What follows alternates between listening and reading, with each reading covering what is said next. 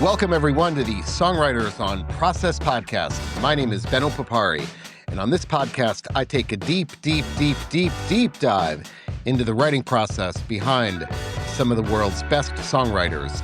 By way of background, I am a former English professor. I have a PhD in English language and literature, and I'm a writer myself. So this is a conversation about writing between two writers. My goal has always been to treat songwriters the same way that we treat prose writers, just as writers, plain and simple. So that's all we focus on. I don't care about tour stories, favorite bands, how bands get their name, favorite foods, anything like that. This is, again, a deep dive into the songwriting process with some of the world's best songwriters. And with that, let's get into today's episode. And today on the pod, it is Nate Ruess. You may know Ruess from you probably know him from a lot of stuff. His Grammy-winning band Fun. He also co-wrote and performed on Pink's song, Just Give Me a Reason. He's also written songs with Kesha, or for Kesha, Young Thug, and Hayley Williams. But he's got his band The Format now.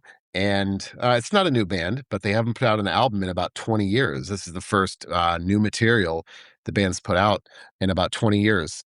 And he didn't write for about 10 years, took a break, didn't feel the need to write, just didn't write. And during COVID, learned how to play guitar and started writing songs again. And that became, all that material became the new Format album, which is called Boycott Heaven. So this is a great conversation. Obviously, he's written tons of hit songs, and so we talked about kind of the need to write and when you feel like writing, and also the big impact that running has on his process. I'm always game. I always love hearing those stories about the impact that physical activity has on writing. We talked about voice memos, all that good stuff. Anyway, love this conversation with Nate. Again, the new album from The Format is called Boycott Heaven. Here is my interview with Nate Ruess. Let's roll with it. The first question I always ask is, do you think as a songwriter, is it important to create in some fashion every day? Or do you feel that forcing things can make the creative process too derivative? I think it goes both ways for sure. I did not like. I can just get on rolls. That's kind of how I do it. For example, I've considered myself retired for like the last almost 10 years. Yeah. And did not really like have songs just coming out of my head or anything, because that's kind of how my process is anyways, is like stuff just comes to me. And so nothing was coming to me, and I was very happy about that I didn't hear voices in my head singing all the time. And then out of nowhere, I just started, because my kids started going to school, and I got really bored. I started playing guitar, like teaching myself guitar, because my songwriting process is very strange. But I started playing guitar, and then suddenly the songs just came back out of nowhere. And I think I wrote about 30 songs before I made this new Format album. And that was the most prolific I think I've ever been. And then all stopped as soon as I finished recording. So that was really nice to not hear the voices again. And now they're starting to like kick back up. So when you're creating then, like when you're in songwriting mode, do you need that dedicated time every day, or are you okay with just not creating? Like now that you're in songwriter mode? I don't necessarily, I have a hard time, because I never want this to feel like a job. So I have a hard time saying, okay, I'm going to go during this scheduled time. I have the luxury, because of some songs I've written in the past, to not have to follow any sort of schedule. But there will be times like in the middle of dinner or something where I'll be like, okay, I got to finish this and run downstairs because I've got something just cooking in my head that I can't let go of. It happened this morning. My wife takes the kids to school, but I had to rush getting them all ready and getting their lunches and stuff because I've just got something stuck in my head that I can't get out. So I just had to be like, okay, I got to run downstairs right now and make sure that I'm getting this down. Okay, so not to get too meta here, but does it become a job if you find yourself going out of your way to not make it feel like a job? You know what I'm saying? I think that can be difficult. Like, people talk a lot about how they don't want to make the writing process precious, and so by relying on certain things. But I feel like if you're thinking about that too much, then that becomes a precious thing in itself. So does that make sense? Yeah, totally. And again, I think it's all situational. Like, uh, yeah, I just never wanted to. One of the reasons I got into music was because I didn't want to have a job, and then I find myself at like 30, just completely burnt out, having like toured nonstop for 3 straight years. And I remember my parents were such crazy, working class people, and I did not want to be them. And then I just remember them one day visiting me on tour and just being like, "You got to slow down," And so I'm like, "Well, if they're telling me that, then like this is really like a job," which I did not enjoy it at that point, anyways. But that's different. Touring, I think, and all that other type of stuff is, I guess, a little separate from songwriting. But yeah, I don't know. I feel like it can go every which direction. And I don't think there's any definitive answer for that type of stuff. It's all preference. So during that time when you weren't writing and nothing was coming to you, that when you said that, that strikes me as pretty unique because most creative people almost can't turn that voice off. I mean, it's they have those ideas, and even if they can't help it, these ideas come to them, and there's almost like that urge where they feel like they've got to write. So you during that time, that was you were able to shut it off and not even think about, and those ideas wouldn't even come to you. It wasn't like, "Oh, that idea is coming to me, but I'm not writing songs now." It's just nothing was happening in the first place. Like like things, words and stuff. I'd maybe write a few words down and things like that, just because you can't. If suddenly a line comes to you, you're not going to just ignore it. Or if a good melody, I'll sing it into my voice notes, just because I don't want to lose it. But you'd be surprised at the gap, uh, of voice notes and this scarcity, in that 10 years as opposed to even the last 2 months. I probably have more voice notes in the last 2 months than I did in 10 years. But yeah, I like I'm not like, I wouldn't ignore them, but they just weren't showing up because I was like, and I don't know, I just think that I enjoy the fact that I am a songwriter or was a songwriter professionally and that I had success, but I just don't see it as what defines me and the rest of my life. And so I kind of it's just like I'm not that precious about it. Like, um, I respect the craft, but at the same time, I'm just like, yeah, whatever. Like songs will come and songs will go.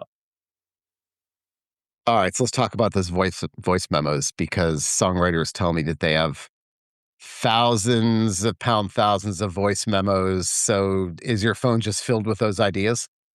Yeah, yeah, for sure. I mean, and I've been using voice memos since the beginning of time, since you could use them. Really, they were like the most crucial thing in probably most of my success. I would wake up in the middle of the night with songs, and I'd have to like I don't my girlfriend's sleeping right next to me, so like I'd like run into the bathroom and turn on the shower so that she couldn't hear me like singing into my phone, stuff like that.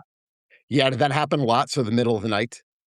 Yeah, yeah. I mean, yeah, it's always a good one if you kinda wake up in the middle of the night with it. That's kinda my thought, is if I wake up in the middle of the night and there's a song, like, I gotta get it down because those are usually really good ones.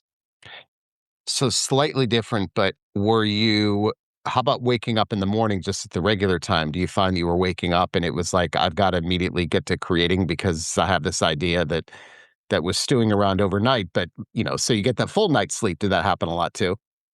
Yeah, but I mean, even so, I'll it just sits in my head and just goes around the entire day anyways. Like, I mean, I'm talking to you right now while a riff is going around in my head. So, it's like I'm not too crazy about like, "Okay, I need to go and get this down right now," because the more time it spends in my brain, and even if it's but if I know it's there, usually a lot of the kinks are being worked out in the process. So, like, right now as we're talking, like, I'm doing work.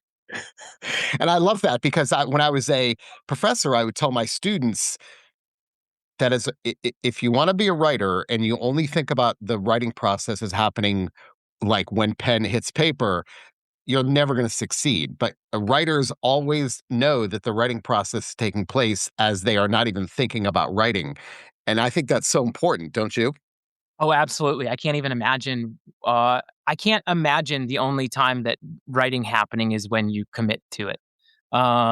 Because yeah, I don't know, like, writing is, so many experiences anyways. So, there are all the experiences, especially if you write like me and you're writing so much about your life, it's all kind of nonfiction to an extent, then, like, all those if something happens to me and I'm emotionally attached to it, I'm making a note. Yeah, I'm making like, if I'm in a situation, it's an awkward conversation, with an ex-girlfriend or something like that, back in the day, I'm making a note of it, um, as something that could very potentially end up in a song. I want to ask you one follow up to the voice memos, and that is there any organization at all to them, or are they just in that phone? Look at your face, I can tell. There's it's weird because 'cause I'll give, like, I'll give, I'll go through it right now because 'cause I'll notate it, and then as soon as okay, tight 5. So I like, as I was mumbling something, I said tight 5.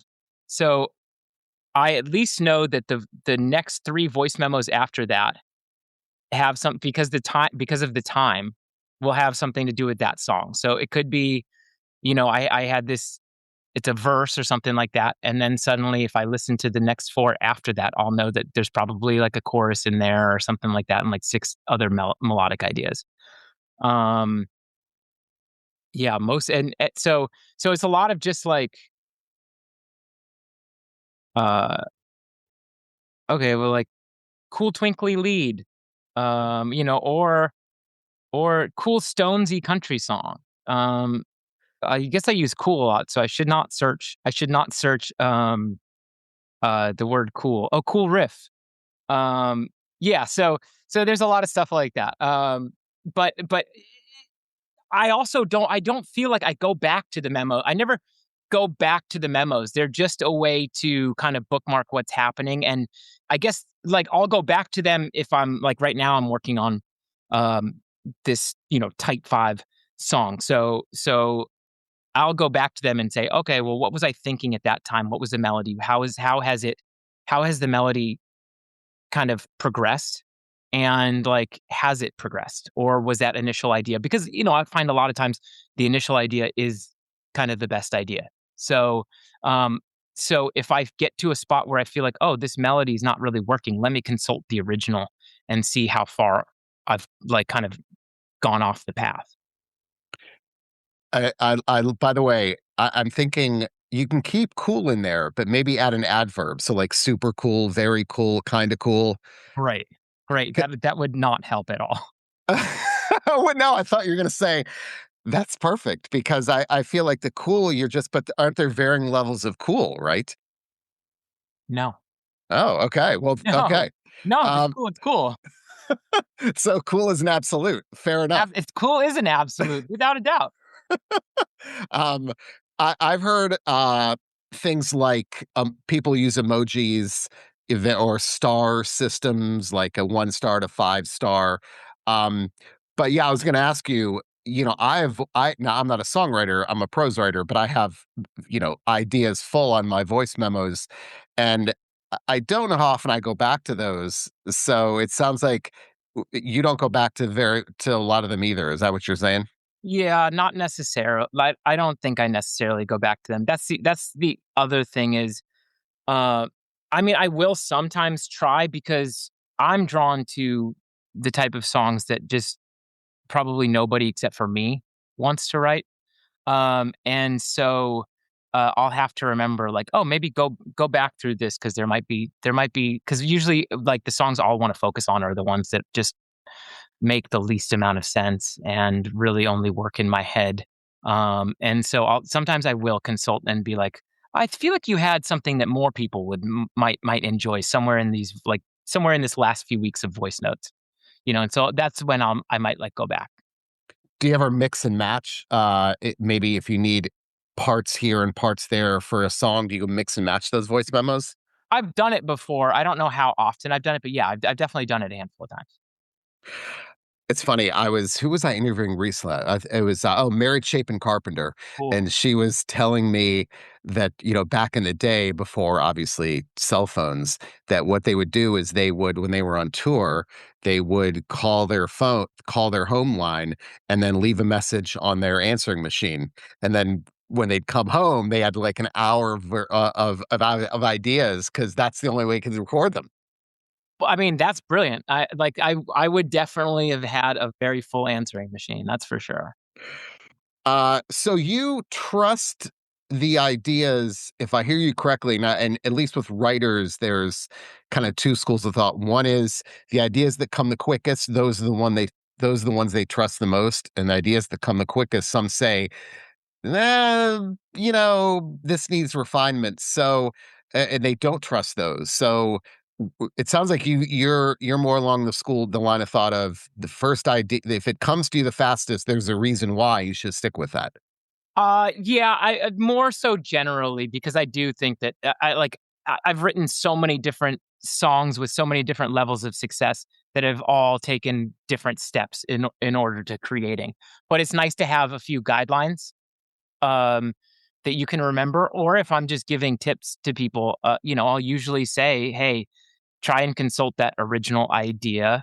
Um, because there's probably something really special in it. But I've had so many times where it started as something and turned into something completely different and was much better for that. So I don't necessarily like say, oh well, it's not as good as the or like I don't use that as it's not a rule book for sure. And yeah, and the same thing is it has to do with how long it takes you to write a song. Like there's all this thought of like, oh well, if it takes you 15 seconds, then it's an amazing song. Great songs write themselves. And yeah, great songs tend to write themselves sometimes, but also some of my favorite songs that I've written have taken, weeks, months. So I don't adhere to any like there's definitely no set rules for me. The songs that come the quickest, then lyrically, are you more likely to like not revise those lyrics as much because they were almost lightning in the bottle? Do you do revision? I guess, yeah. Do you revise the lyrics to the I'll songs that revise. happen quickly? Yeah. I mean, I'll always make sure that the lyrics are somewhat cohesive, at least in my head, and I try and make my lyrics as good as I possibly can, without really killing myself. Because lyrics are my least favorite thing to write, and those are the one that's like where melody and song is so simple for me.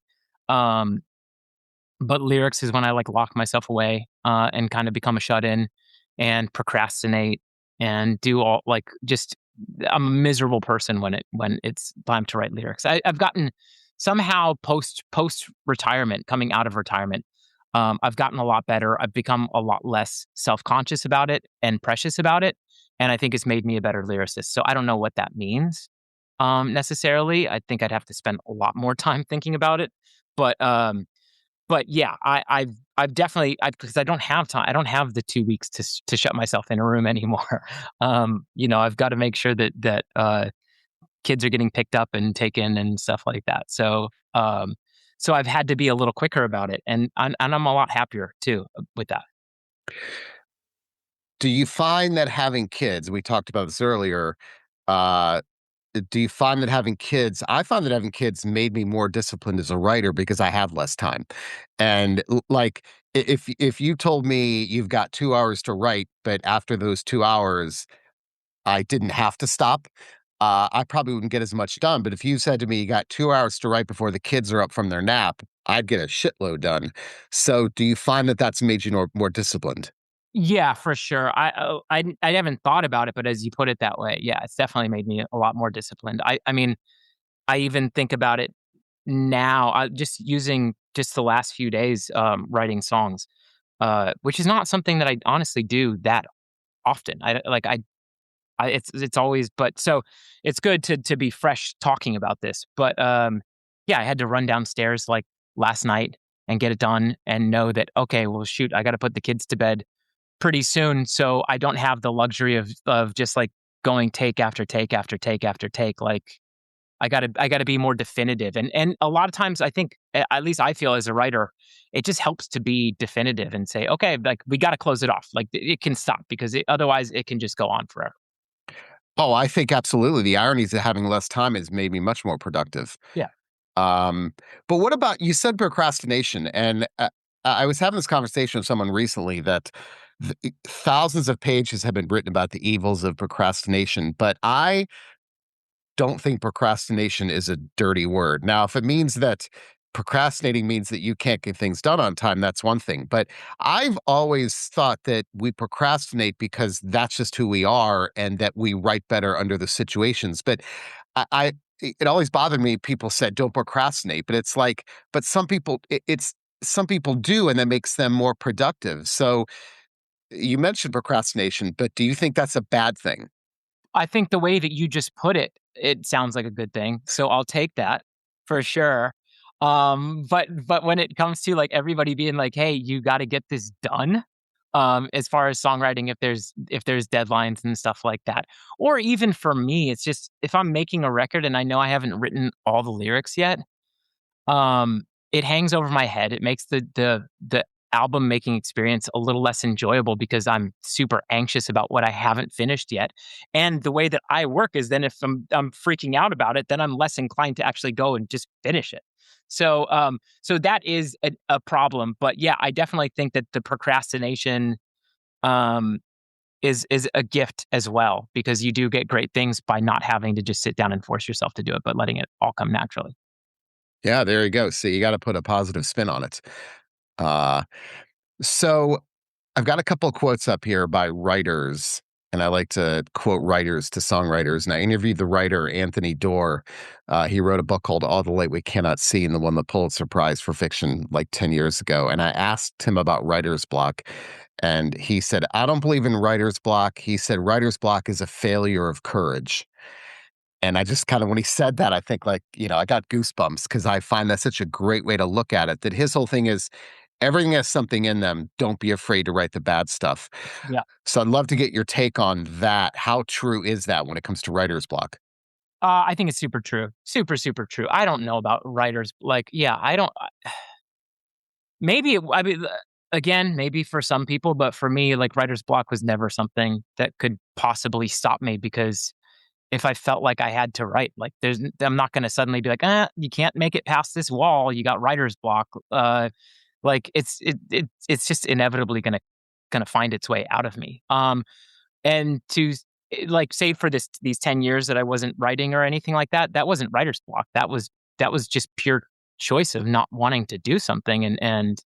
I wouldn't like I wasn't like, oh man, I just can't put anything down. Like I can always figure something out for sure. And I think that yeah, you're selling yourself short if you think that that's a real thing. Are there tricks you use if you find that you're at an impasse? Like for me, if I find that I'm sitting here and I'm writing and I'm in an impasse, not blocked. I just feel like I've hit a wall. Yeah, If two I different go, things. yeah, if I go walk around for 3 minutes, it's all it takes. I can come back. It's all it takes. So that's my hack. So do you have any hacks if you do find yourself during the day of, okay, I feel like I'm at an impasse? Yeah, that was always a good thing for me. If I was in a room too with other people and we're writing, um, and I feel like I could be the one to solve one of these issues, I used to smoke cigarettes. I don't anymore, thank God, but I would just have to go outside and smoke a cigarette and I would pride myself on being like, okay, I'll come back and I'll have by the time I'm back, I'll have the idea. So I put that pressure on myself too when I go out there and be like, okay, well, now you got to really like figure this out. And so yeah, I would usually have it figured out by the time I got back from that cigarette. Um, so yeah, I do like to get out of the environment. I find that helps for sure. So somewhat related, how important is physical movement, whether it's, any kind of exercise to your process? And it's like it's crucial. It's Yeah. beyond crucial. I don't. I definitely think that yeah, there's probably a coincidence between like having had success and just I'm like a physical fitness type of guy. I have to run every single day, and I think that it just clears my brain up. It makes me a happier person. It makes me feel just less sluggish, and I'm just not a good writer when I'm sluggish. Like I need a little pep in my step for sure. So for me, like I always have to go for a long run, and I do find that my best stuff is after those type of things. So when you're running, or do you use that as a brain clearing or a idea generation? I do both, but probably more so brain clearing. I'll put on music, and like other people's music, and just use it as a time to just like enjoy music, remember why I like it, or if I like it. So I'm a big runner too. I ran track in college, and I was a track coach after graduation. Cool. And so I wrote an article in the Washington Post. I did some freelance work for them for the health section, and you'll find this interesting. So there's a very clear link between aerobic exercise and the immediate benefit it has on creativity.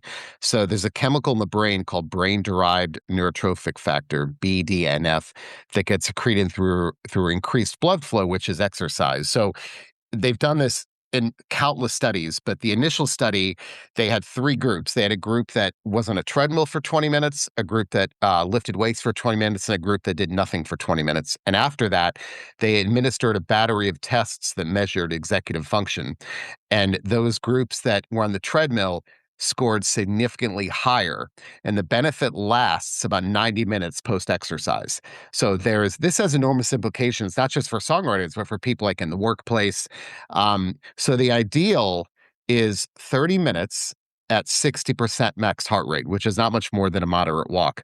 And it's not dose responsive. So like 60 minutes isn't twice as good as 30, and Right, 90% isn't any better than 60%. But right, the only thing is that ideally it should be an exercise that requires no executive function. So for example, if you're running like in Manhattan, you're trying not to get hit by a bus. So if you're running in the woods, so it's fascinating stuff because it has enormous implications for creativity, knowing that that small, what they call in science lingo, bout of exercise can benefit you for 90 minutes afterwards. yeah, it's great, and I do all my running on a beach, so there you Uh, go. what's better than that? Yeah, I know. So and I mean, although I will say, just personally speaking, if I go on a long run, um, I do feel like it's maximum benefit. I don't. It's probably only lasts 90 minutes, but I do feel like there's just something about being like dead tired afterwards and completely burnt that is great for like songwriting. Because I mean, I think emotionally I feel and mentally I feel beyond fresh. Like especially the deader I am physically from doing a run. So I'm glad you brought that up because now that you said that, I forgot who said this to me once, but someone told me that they are their best editor when they are fatigued because they're less likely to fight with themselves. Let me think about that. Like, that reminds me because you said go out for a run and you're running for like a super long run. Yeah, and it reminds me when you said that, it was like I forgot who told me that. It doesn't matter, but it was that idea that when I'm taught like when they're exhausted, that's when they're their best editor because they just don't fight as much. I mean, I guess that makes sense. Yeah, for me, it's just like my lungs just feel like they're like clear as they could possibly be. Um, I don't know. You're just like kind of euphoric a little bit after a long run, and I think that for whatever reason for me, it's just super helpful. I mean, I'm in a better mood, and I think I'm much more likely to uh make decisions like with a positive like how like been like if someone is critical, or I always tell my kids, like, I don't want to hear about what you don't want. I want to hear about what you do want. Yeah. And I think that when I finish a run, I'm so euphoric. I'm thinking about the positive aspect of it, and not like, oh well, I should this part shouldn't be here. Like, okay, well, why shouldn't it be here? And I think those a long run, something like that, helps me with the whys, as opposed to just being able to say this doesn't work. So I've been quoting. I interviewed Lucinda Williams about a month ago, and I've been quoting her.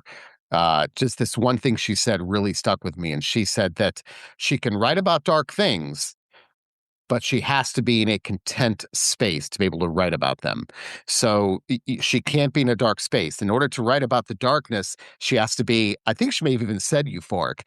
And that just kind of blew my mind that you can put yourself in that space. I'd love to get your take on maybe not just that, but more generally, what is the ideal emotional space when you're at your most effective? Is it euphoria and maybe, or when you write about those less euphoric things, do you need to be in a different space to be able to write about those? It's a many part question. I know. Oh gosh. I think for like lyrics, breaking it, like doing two different like melodies and general song. I think it's helpful to be in that kind of uh happier space. Whereas I think lyrically, yeah, I think if I'm in a dark place, I'm not.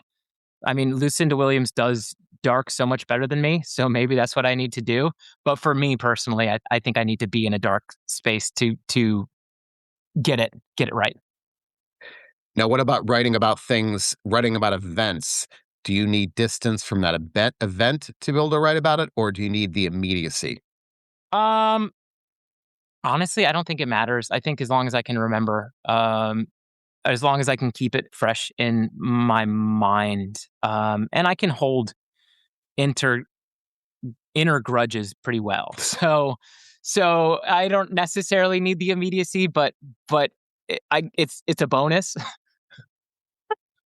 That's a great pull quote, by the way. I can hold in our grudges pretty well. I love that. I love that self awareness. Yeah, for sure. I mean, you have to. That's the other thing is talk about importance. I think self awareness is probably the most important thing. Um, and I'm amazed. Yeah, I'm amazed at. Sorry, it's not the most important thing because I'm amazed at how many people have had success as songwriters that have zero self awareness. Um, but for me, my self awareness, I think, is such a huge part of who I am as a songwriter. So another quote, Agatha Christie, this is my favorite. She said the best time to write a book is when you're doing the dishes. So the idea that our best ideas come to us when our brains are engaged in unconscious activities. So I hear things like gardening, cleaning, vacuuming, mowing the lawn, even driving. So when our brains are engaged in activities that require just no conscious thought, that's when the eureka moments happen. So how often does that happen to you? Probably more times than not. Definitely. I realized, yeah. If I go away, if I go on a long drive, I love a long drive for that specific reason. Um, let's see, taking a shower is another great one. Yeah. It's not good for the environment, the amount of water that I can waste on like a song because I will just get on a roll. And sometimes I'll just challenge myself. Like I'll be in the shower and I'll just be like, okay, challenge yourself to write a song right now. And that's what a lot of great songs have come out of that situation. There was an article in the Washington Post a couple of years ago about why we get our best ideas in the shower. And Oh, it's that, really? yeah, yeah. Uh, yeah, it's that same idea, but I think it's the monotony, the monotonous activity. There's so much been written recently. I'm always fascinated by like when the eureka moments hit, and they talk about why boredom is so important. And that's when the moments happen. We could probably go deeper into that, and I wonder if there was a relationship between not just the boredom. I mean, if you sat in the shower without the water going, it wouldn't happen. But how much of the water itself, I'm curious, is a soothing element that's more makes it more conducive to creativity.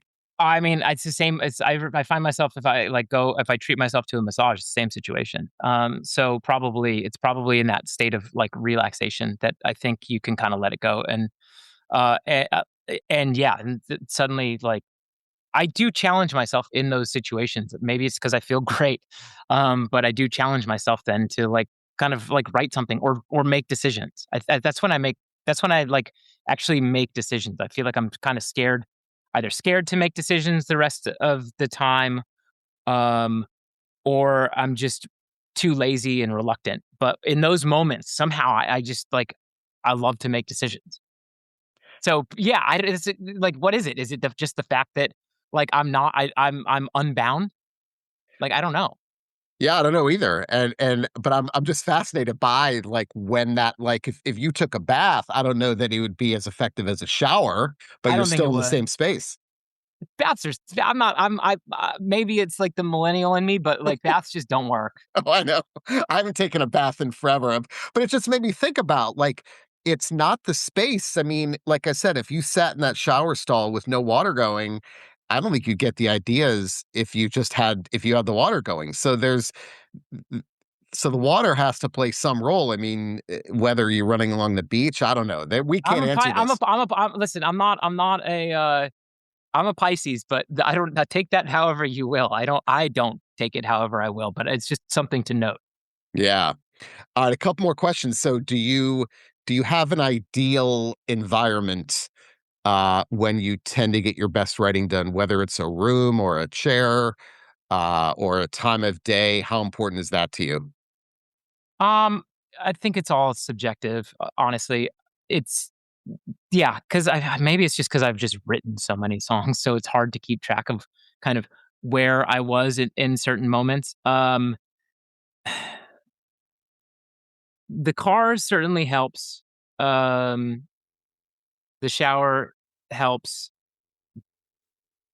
Being in bed is kind of a give or a take. I think a lot of times if I can't look at my phone, it's probably I mean, really, if you think about it, the times that I can't look at my phone are probably the times that I'm most productive.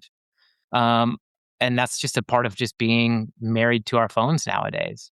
Uh, it's really just about being able to get away from my stupid phone, that I'm probably the most productive. Do you write in the room that you're in now? This is my new studio. So, I'm doing some writing. Yeah, yeah, I guess more recently. I used to before I um settled down and had kids and all that type of stuff and moved into a proper house and all those things. Then there was a lot more of just being all around the world doing writing and just being in different situations. Now, I'm definitely do a lot more writing and I think I used to feel like, "Oh, I don't want to go to a place to write." Like, I felt probably took a lot of pride in that. Now I think I take a lot of pride in having a place that I can come down and do this. And I never wanna say work because, um, that's one of the reasons why I stopped is because it started to feel too much like work, and I was writing songs for other people, and that to me is a job, and like I said, I never wanted to have a job. So now I'm just back to doing it for myself and, doing it in this room, and it just feels like it's just perfect. Were you ever a right through the night type of person? I could never pull all-nighters, and then I read recently that that's genetic. People are early morning or overnight, and we're kinda hardwired for that, and we can't change that. So, I've always been an early morning person. How about you? I guess an early morning it was again, I wanted to get into music because I didn't wanna go to sleep. And I was like, "Well, they get to work into the night." But as the genetics have taken over, I would suppose, um, I've definitely become like, 'cause we used to do studio sessions, I'd be like, "Wait, let's not start until 7 o'clock at night." You don't get anything good done at all. Like, but it was just that you could do it. I could go and at that point I could have I have a very strict no day drinking rule in my life. So it was like, okay, well at that point like I can let loose, have a drink, like, but at that point like I'm with my friends and we're not getting anything done. When I made like this last album, the producer asked like, "Well, what ideal time do you want to go in?" And I was like, "I can't believe I'm saying this, but like, can we go like, like at 10 or 11?" He's older than me, and he's like, "Oh yeah, absolutely." And I'm finding myself like, we're finishing by like 6, 7 o'clock. Uh, I got the rest of the night. What's going on? Um, as opposed to just like stressing out about the fact that I have to go to the studio like later on. It's just so much different. It's so much better. So much better. And that's it for the latest episode of Songwriters on Process. You can find all of the old episodes on all major streaming platforms and probably some minor ones as well. You can also find them on the Songwriters on Process website. I started the site back in 2011, so that means there are hundreds upon hundreds of interviews with some of the world's best songwriters. So take a deep dive into some of those episodes. They are all great. Of course, I'm biased. Also, shameless plug. My book, Desolation, a Heavy Metal Memoir by Mark Morton with Benno Papari. That is me. is out now on Hachette Books and in all major bookstores. Mark is a good friend of mine. He is the guitarist in the metal band Lamb of God. And so we collaborated on his memoir.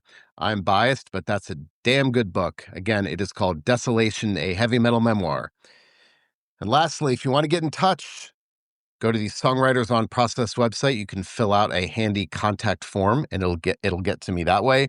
You can also email me at ben@songwritersonprocess.com. I'm all ears. Send me your comments, your suggestions, your complaints, people you want me to interview. I get great suggestions all the time. I can't respond to all of the emails because I get a lot of them, but I do read all of them. And let me know your thoughts. If you have ideas for people you want me to interview, there's your chance. And with that, I am out. See you next time.